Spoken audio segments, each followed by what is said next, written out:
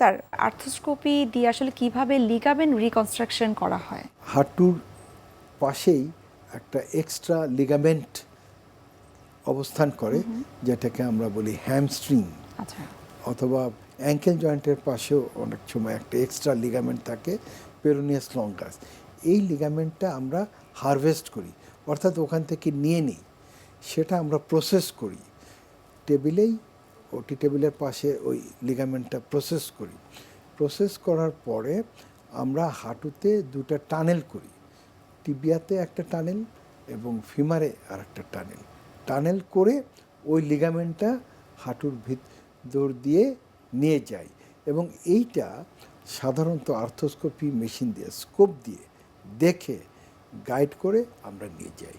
এই পুরা প্রসেসটাকেই বলে arthroscopic anterior cruciate ligament reconstruction. হাঁটুতে আমরা লিগামেন্ট হারভেস্ট করার পরে আমরা দুটো টানেল করি, টিবিয়াতে একটা টানেল করি আর ফিমারে আর একটা টানেল করি। ওই লিগামেন্টটা এই টানেলের ভিতর দিয়ে নিয়ে আসি, নিয়ে আসার পরে এখানে একটা স্ক্রু লাগিয়ে দিই। এই পুরা প্রসেসটাকেই বলা হয় arthroscopic ACL reconstruction. Arthroscopy reconstruction treatment বাংলাদেশে খুব সহজলভ্য। এটা আজকের থেকে 5 বছর আগেও খুব কম জায়গায়, 4-5 জায়গায় হতো, কিন্তু বর্তমানে এটা খুবই পপুলার একটা জিনিস হচ্ছে, এবং খুব তাড়াতাড়ি বিভিন্ন জেলায় এটা ছড়িয়ে গেছে, এবং বিশেষ করে বড় বড় ডিস্ট্রিক্ট যেমন চট্টগ্রাম, সিলেট, খুলনা, যশোর এবং ময়মনসিংহেও এখন এই আর্থ্রোস্কোপিক এসিএল রিকনস্ট্রাকশন সফলভাবে, সুন্দরভাবে হয়ে যাচ্ছে।